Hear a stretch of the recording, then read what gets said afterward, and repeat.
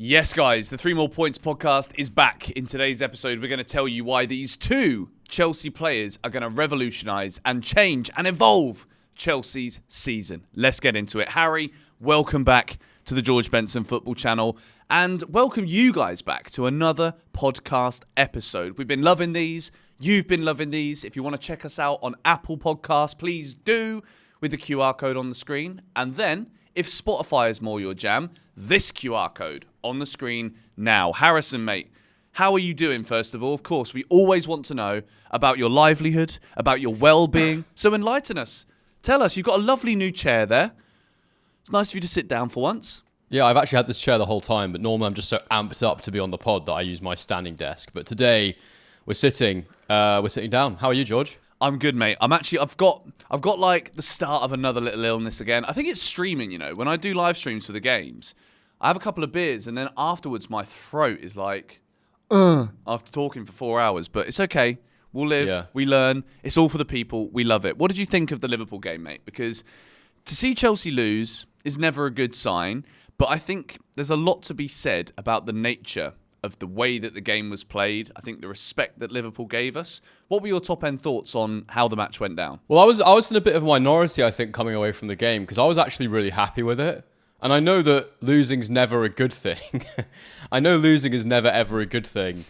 But I think about the development of the side from this last season to this season, and just seeing how the tactics that we're using play out on sort of the biggest stage. Because when you think about the current teams that are in form in the Premier League right now, you have to say that Liverpool away is probably the hardest match you can play right now. I mean, obviously City's an obvious one to say, but they've sort of been scraping wins. I feel like some of Liverpool's front players are in slightly better form. And it was also just interesting to see us on the pitch with a team that's been playing together for so much longer with that continuity they've got. I know they've got a new manager, but a manager coming into a squad that's that experienced. You know, a lot of people have been saying this season, Maresca's just picking up all the good work that Pochettino did, which I think is a gross exaggeration. But for sure, there's a degree of that. So if you imagine what 1 year of Poch has done with our squad, imagine what was it, 7 years of Klopp did with that squad. So it's definitely... So true.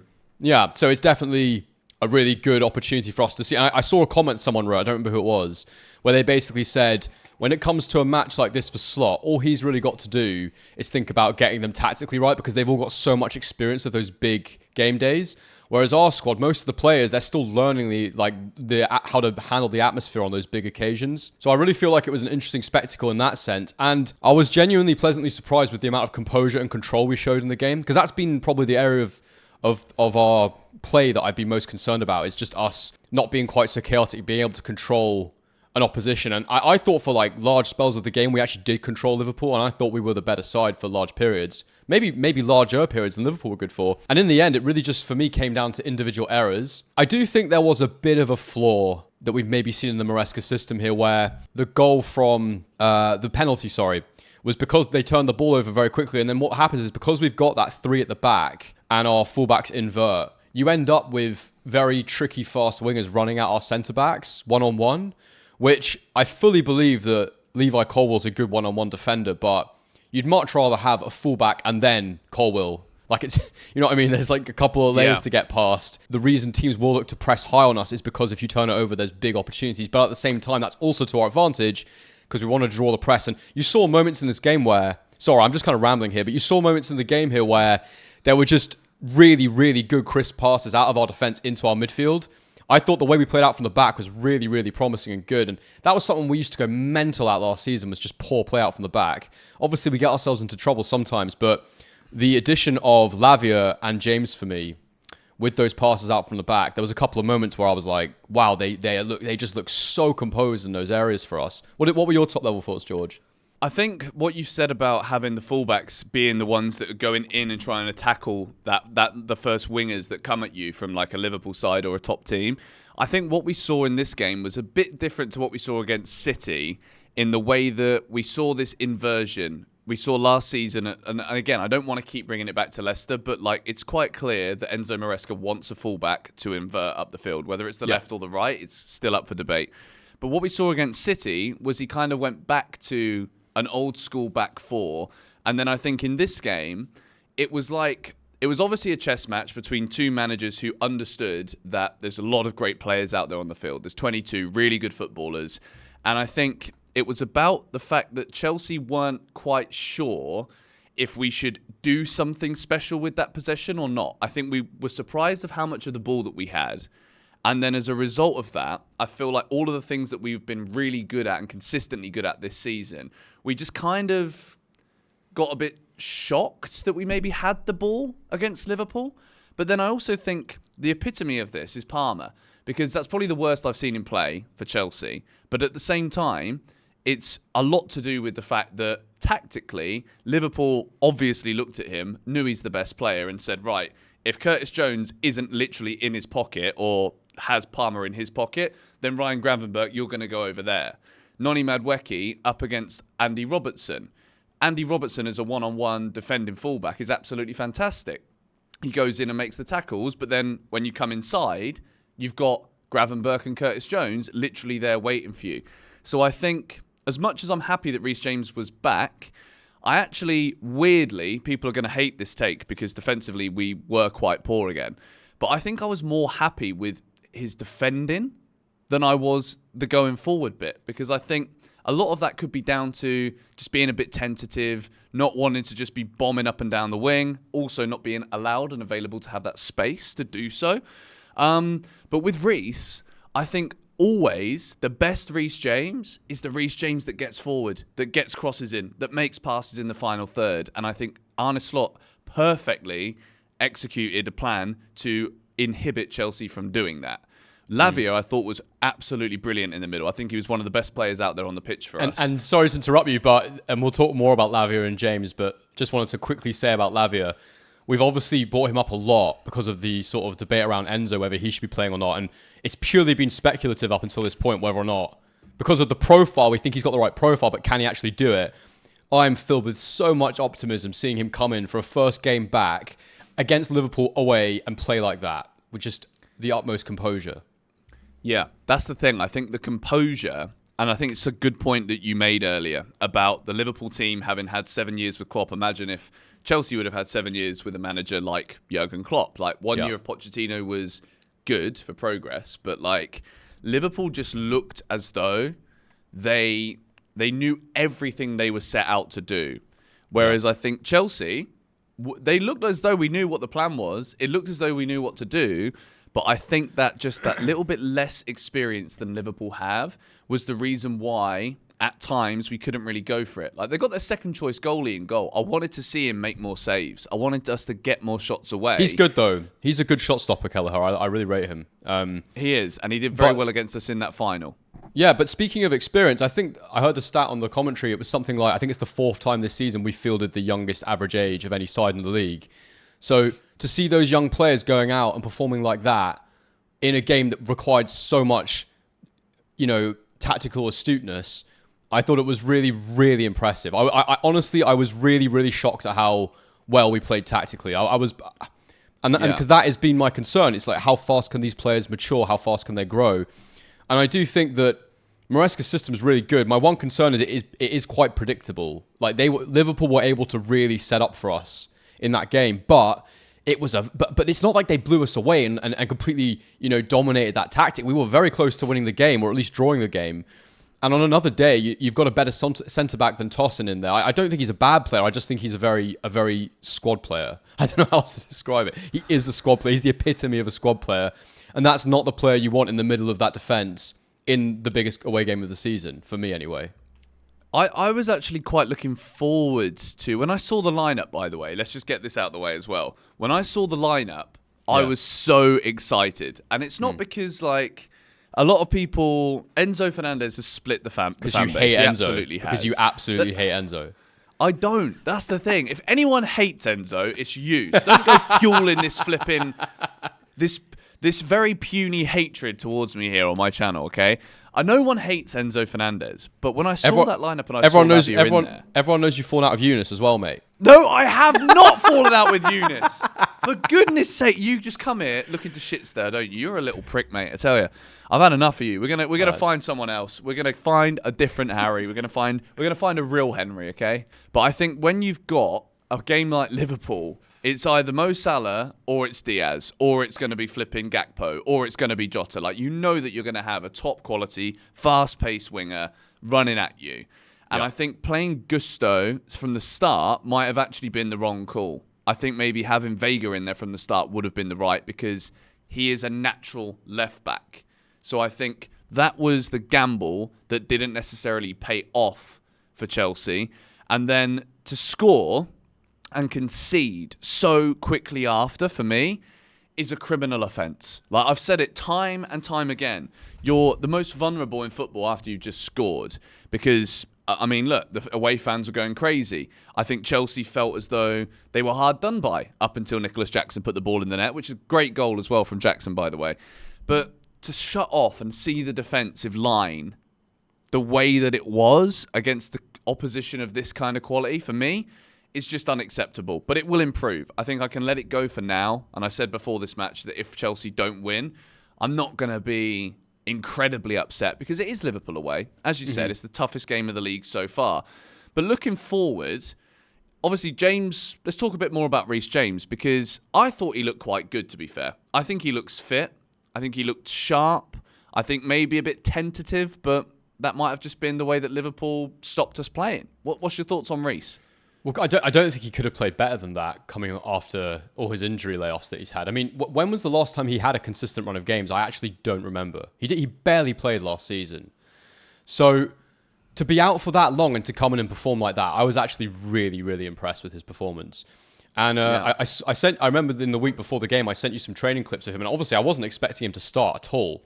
I thought he'd maybe come on and I thought he'd maybe play 45 minutes in the European League and sort of be very slowly brought back. But to see him come in and play, sort of 55 odd minutes at that level, at that speed, was really impressive. And as I was saying, I sent you those training clips in the week before, and someone had commented on the video saying he looks leaner in his upper body, he looks a bit lighter. And I thought that when I was watching him, I did think he looked a bit lighter. He looked quite heavy set in pre-season. He looked big.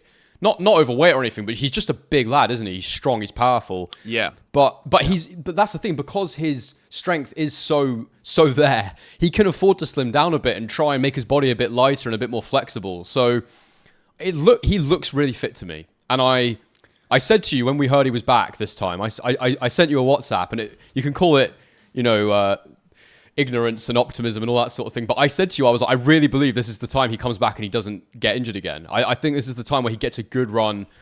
And I just have a different feeling around Reece James coming back this time.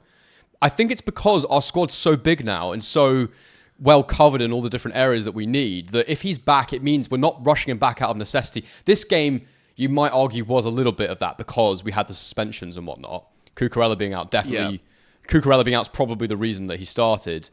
But in general, I just feel like he's not as essential as he once was, as much as he is definitely our best right back and probably our best player still after Cole Palmer. When he's really at it, he's phenomenal. So I'm just filled with joy to see him back on the pitch.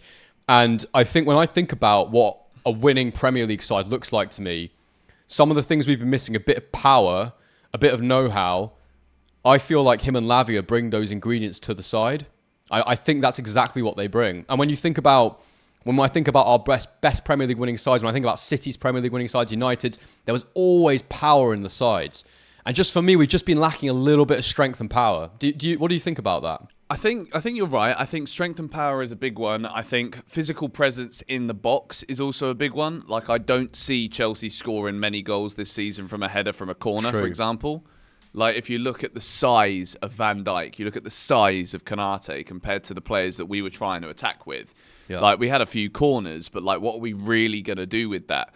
I want to also talk a little bit about the substitutions, because for me, it's a weird one to go 2-1 down, but I think Chelsea were playing so well with the team that we had out at that time. And that was just simply a moment where we lapsed concentration at the back and we should have done better. To see James, Tosin and Lavia all come off at the same time, does that suggest, though, that Maresca did kind of rush them back? Because if Reece James and Lavia only had 53 minutes in them, or was it more of a tactical decision to take Lavia off and bring Enzo on so that he could be in the final third a bit more? But like, no, yes, Enzo gets tackles away in the final third. But you think it's all fitness? I do. I think the Sancho one obviously was not. I definitely think that was tactical. Yeah, that made sense. Neto was good too. Neto was very good. He's very, very good when the play starts to open up a bit, and he's really good at making space for himself to get crosses in. I really think that's a strong part of his game. I think that the James one was definitely fitness because he was playing well, and there's no way he could have played 90 minutes. And I think it's just more a case of what's the longest period of time I can have my absolute best team on the pitch for. That's how he'll have gone into the game. Or what do I think my best team is? How long can I get that on the pitch for? Okay, it's 55 minutes. Well, I'll take that over starting a lesser side. I think that's what you do. And I really had the feeling, I said to you after the game, I felt that if we'd been able to have that best team on the pitch for maybe 75, 80 minutes, I really think we could have got a draw there, or maybe even won the game. Because I feel like we weren't as good when those players came on. We just didn't attack as well, I felt. But Neto looked good. I thought Neto made some good chances for himself. And he is really good at crossing. He's really, really good at crossing. I'm going to put something up on the pitch now, because on the screen now, sorry. This is the passing map. You can't see this right now, Harry, but I'll actually try and send it to you right here so that you can. But when you look at this, not only if you turn it sideways does it look a little bit like the Eiffel Tower, which obviously you're not here for that kind of analysis. It doesn't really matter. But when you look at the way that Chelsea have made the most of the passes that we've made in this game, it is so central on the field. When you look at the positions here, the average positions of Nicholas Jackson and Cole Palmer, they're so deep. We're not really able to break through that Liverpool midfield, let alone actually create anything serious when we're attacking their back line. It's very narrow, isn't it? It's incredibly narrow, but it's also like, if you think about the way that Liverpool defended, Jadon Sancho was isolated. Trent was on him like a flipping rash. Yeah. Noni was also isolated, and not the kind of way that it would want to be Madueke running at Robertson where Madueke would back himself. It was kind of like the moment we got the ball in those wing positions, Sancho and Madueke in that first half, Liverpool were just on us. And I think naturally as the game progresses, opportunities open up, space opens up a little bit. So I'm happy, again, that we've seen that early stage half-time substitution. Look, it's not... And this is another thing I want to address about this game. The substitutions don't always need to be because a player is playing badly. I don't think Sancho did bad. I just think maybe he struggled a couple of times to control the ball. But positionally, this was a step up in opposition quality compared to what we've been up against already. Like, even if you look at the way that Sancho changed the game against Bournemouth, like, Bournemouth are a decent side. Like, all the teams in the Premier League are decent sides. But, like, this is a serious step up. Liverpool have won 10 out of 11 matches in all competitions this season. I think it's their best run since the early 90s or something crazy. So I think we played against a really good team. And again, we see that the manager is willing to be flexible in-game, which I absolutely love. We have seen the return of Reece James and Romeo Lavia. Do they stay in the side? Do you think now Lavia did enough in that match to be like, right, he starts over Enzo Fernandez? Because I think Enzo didn't start primarily because he came back from Argentinian internationals. I don't think it was necessarily he's decided already, Maresca, that it's Lavia over Enzo. There's also interesting comments, Harry, about the only time this season he got to play all three of them together was against City, or was to see them all on the field at the same time. In the preseason game, I remember that. Yeah. Well, just before that, and this is about Lavia, what number is Lavia? Is he 45? Romeo Lavia is number 45, yeah. Where is he on this pass map? So I was just going to say to you, side, I was just going to say to you, what's really interesting, and is 27 Gusto? 27 is Malo Gusto, yes. Yeah. So what's really interesting about the way we shape up there is Lavia's average position is actually wider than Gusto's. Like, Gusto is bang in the middle of the pitch. And I just wonder about when we have Lavia in the side. I wonder if part of the reason Sancho got taken off was because, like you say, he was isolated. But what we have seen quite a lot with Sancho is that interplay with Cucurella on the left. And I just wonder if, with Lavia in the side, and I don't know why Gusto is so much more central than Lavia is, but I just wonder if having him in the side means there's less cause for the fullback to invert. And actually, what you really want there is the fullback to be closer to number 19 and kind of providing a bit more wide support. What do you think about that, George? And that leads us directly into this Lavia conversation. I think it absolutely helps when you've got a player who is willing to receive the ball, is able to turn. Like, if you saw Lavia's turning circle against Liverpool already. Like, the guy is so good and composed under pressure. Amazing. Like, you want your fullback to be able to give him the ball, then Lavia gives Sancho the ball. Sancho then has flipping Gusto or whoever it is running up behind him. Liverpool are like, oh shit, there's an overload on the outside. And then you've got someone, but this is the thing, right? Then there's a hole. That's the hole that Cole Palmer didn't get chance to be in during this game. When you've got Cucurella in the side and he's coming up and he's supporting Sancho, you've then got the opposition defence are looking and they're like, okay, well, there's an overlapping run. They could get the ball in and it's a tap in for the striker. Or that's where Palmer is positionally able to get himself into a threatening space. And I think that is fundamentally what went wrong for Chelsea in this game. If we can say it went wrong, I think it's actually better to say that Liverpool got it spot on than to say that Chelsea got it wrong. I think some people have said, oh, Palmer's head didn't look in it. Like, what are you flipping on about, mate? You've not seen this guy have a bad game in your whole life. And just because he didn't show up once. His head never looks in it. That's the point. that is literally that. Thank you for saying that. Yeah. He literally looks as though he should have been asleep still most of the time. You saw the brawl. The brilliance and the beauty of him. You saw the brawl in the game before when he just sat on the floor and he just watched. He was like, it's just not like, I've got a yellow card. I'm not getting involved with that. But it's just like, it's like unwritten intelligence, you know? Like in school, you go there and you get a test paper and then you get a grade. And that is like supposedly how smart you are. With Palmer, it's like he just does things that you don't see coming. But then afterwards, you're like, he just gets it, doesn't he? Like, even when he has a bad game, he's the kind of player that you just absolutely want to praise and have to praise at all points. But he's still, he forces them to play a certain way as well. So his presence on the pitch is good. He could have scored early on. He missed that chance on the edge of the area. So yeah, but moving on, as you were saying, into that Lavia, Enzo, Caicedo conversation. I think it's a really difficult conundrum.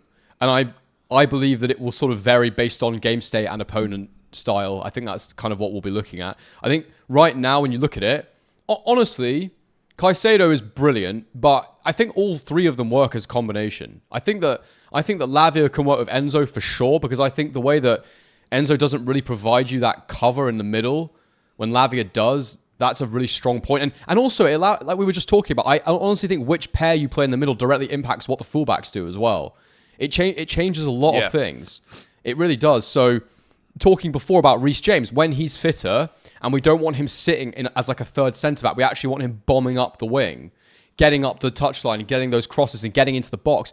Then you probably want Lavia sat on that side, in that position that you can see on the diagram there. He's on the left. If you had him on the other side covering Reece's runs, then he can support the overlapping, the winger and make overlapping runs. So I really think it gives us a lot of different options, and it just depends how we want to overload other teams.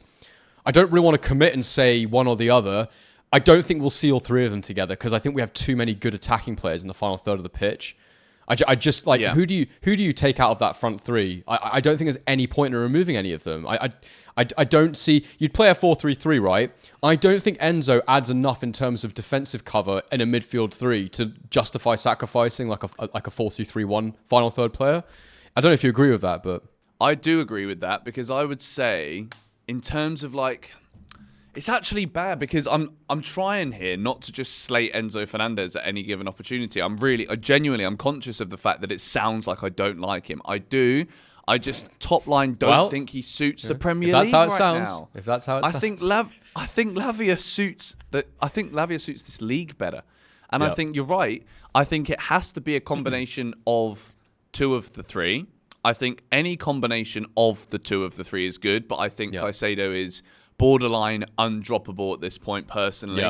But I think in terms of Enzo as well, I just think also going in the forward phase, like yes, he gets forward a lot, but it's mainly like putting tackles in the opposition third, not making killer passes all the time or making that final assist.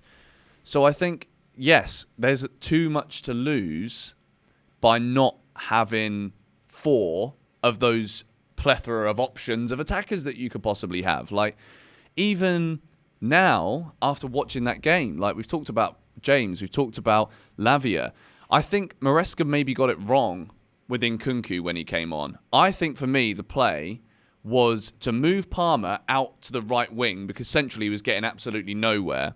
Put Jackson over on... No, sorry. Put Neto was obviously over on that right-hand side. But if you put Jackson less through the middle on that left wing, letting Nkunku go through the middle and let Neto kind of roam and open up that space and be able to run either overlapping with Palmer or cutting inside and letting Palmer cut inside and giving that fullback that extra thing to think about. I think that was the problem that Chelsea had. The fullbacks for Liverpool knew at all times where the players were going to be. So I think Nkunku kind of came on, was operating like in a left wing position, but wasn't doing anything, didn't offer anything, but that was the substitution. You're looking at this game and you're like, you've had 12 shots on goal, 1 on target. That's awful. That is a dreadful conversion.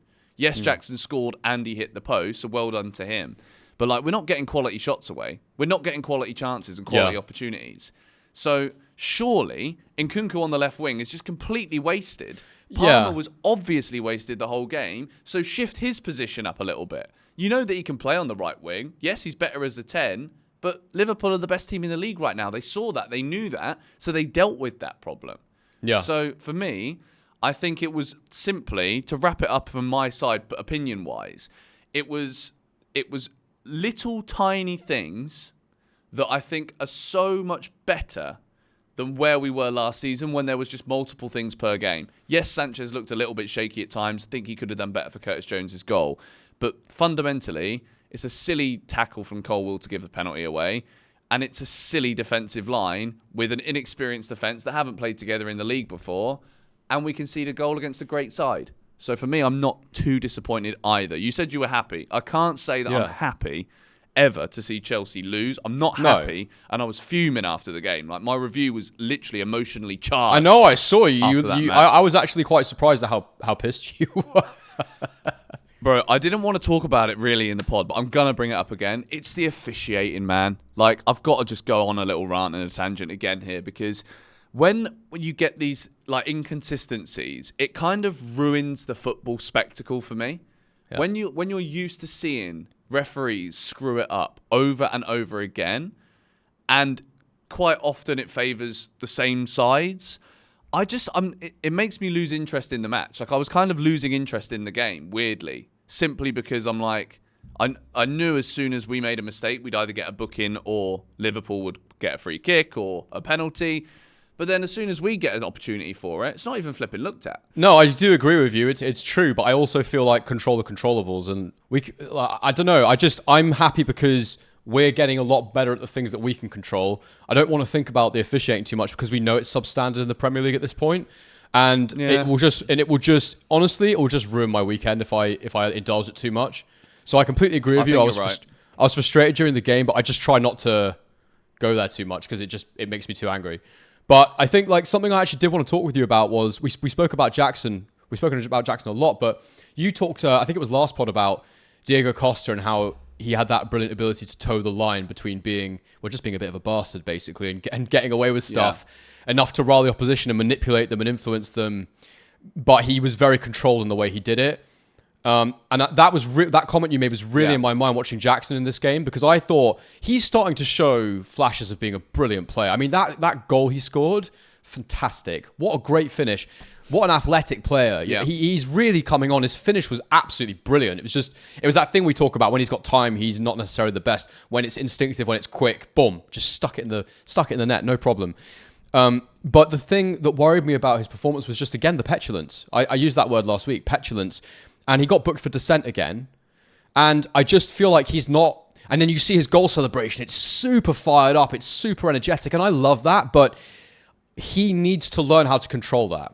He's really got to learn how to control that. And he's got to learn to turn... Because I think it's actually a massive strength if he can use it in the right way. He's got to look at 100%. Diego Costa, look at what Diego Costa did, and learn, how can I use this passion I have and fuel it and focus it into a positive outcome? Because at the minute we're getting all these cards for dissent, and you just do not need that in a game like that. Plus, he actually caused... I mean, he was quite quiet in the game, but I just felt like he could have caused their defenders even more problems if he just gets his head right. I feel like he switches off a lot. But the only reason I'm making these comments is because I'm now realizing this is a guy that we need to invest in. He's got bags of potential. No, I think I'm absolutely in agreement with you. I think overall, Nicholas Jackson, 13 goal involvements, by the way, in his last 13 Premier League games. That is fantastic. You can't ask for more than that. He's already got more league goals than Kai Havertz did in his entire Chelsea that's not career. a surprise to me whatsoever, to be quite honest. Like, Kai Havertz is like a luxury player who delivers like a 2-star hotel room most of the time, and then occasionally will deliver like a nice plush pillow to go with your nice Egyptian cotton duvet. But Nicholas Jackson I'm happy with. I think the yellow cards thing is a bit of a problem, because once you're on a yellow card now in the Premier League, and this isn't a dig at the officials at all, this is a dig on the rules. The amount of things you can get a booking for now is a joke. Like before, it was take your shirt off and celebrate and be happy that you scored and get punished for it. That was always a bit of nonsense, but we're used to that now. Players are used to that too. But I think if you're going to get yourself booked for dissent in the first half an hour of the game, when you're that kind of player who plays on emotions, on that raw, like energetic feel of the crowd and your goal or whatever, that inhibits you again from being as like fruitful in your expression as a footballer as you could be, because you know that you've got to like toe the line or hold something back. And I think that was the thing about Costa that made him so great, was that the guy never got a red card for Chelsea. Should have done multiple times from the naked eye from the outside. But like, he'd get booked late on when the party was already starting. Do you know what I mean? Like, he'd get the bookings at times where it didn't really matter anymore, and it didn't affect the way that he could control and affect games himself with that energy. And I think a lot of the time with players, it is about that energetic conversation about what is it about Jackson specifically that makes him so good. There's a load of things. There's a list that goes on and on and on about why Jackson is such a good striker. But I agree with you. I think this is a great point to wrap the pod up with today. Slightly shorter episode. I think Jackson's energy and like excitement to be a Chelsea player, excitement to be a footballer and a striker scoring goals is what is going to make him one of the league's best strikers. I really think he's on the way to be in there. I think for him to get to the next level, it's 100% about temperament now. And that's why I pick on the way he behaves, because that is the thing I see in him. It's just about composure and temperament, knowing how to toe the line, knowing how to be a bit of a bastard up front and make things happen for your team in a positive way, using your fiery energy, your passion. But I'm really excited about him now. Like I am. I was for a while, I was like, I don't know if this guy's any good, but I think he's really good. I think he's really good. I think he's really good too. I know, which I'm surprised about. And there was a thing last season that epitomized how I felt about our team, which was Drogba used to hang out with Rihanna and he was sort of DMing Astrid Wet, and I was just sort of like, this is not what I'm looking for from my star striker. But now I feel like he's growing into the role. I mean, he's a family man, so I hope that that's where he's keeping his attention. But you know what I'm saying, George? But I do know what you're saying. Yeah, but no, overall, I came away from the performance feeling very, very confident that we're moving in a very positive direction, and that we're going to come through this particularly difficult period and be in a really solid position. And I think that the only other thing I'd like to say is just that I think that one other thing that really influenced the outcome of this game was the changes we were forced into making on the sort of 55-minute mark. I would really like to have seen Joao Felix on the pitch in this game. And someone that's kind of gone a bit under the radar for me anyway, I know other people talk about him, I know Josh Aveste absolutely loves him, probably a bit too much, is Mykhailo Mudryk, because he's looking better and better at the minute. And it's a bit of a shame he didn't get a chance to have a go at Trent, because I remember when he made his debut, Mudryk, he came on, he played that on that left wing, and he terrorised them. And I would like to have seen that again. But that's just a quick note I wanted to make. Just that I think it's a shame we didn't get to bring our attackers on like we've been able to in other games. I think so. And it's a luxury to have this amount of great players. But I will say this. I think Mudryk, there might have been, I don't know if this is a complete rumour off the top of my head. Apparently he was a bit late back from internationals or something, and then like we got a big squad. I don't know. That might be a lie. It might have been a pure tactical thing. But watch Mudryk against Panathinaikos, by the way, on Thursday night. If he gets to play, I think he's going to absolutely destroy the Greeks in Greece. But anyway, we don't have time this week for the usual crazy little silly segment at the end. So we're going to have to wrap the episode up short because my throat is starting to really hurt again. Harry's got places to be. But if you haven't already, subscribe to Harry's YouTube channel. It's called A Guy Called Henry. The link is in the description. It's a boxing channel. It's going really well. He's on the road to 5,000 subscribers. And if you guys are into boxing, you should definitely check it out. Harry, have you got anything else to add to that at the end of this episode? Goodbye, everyone.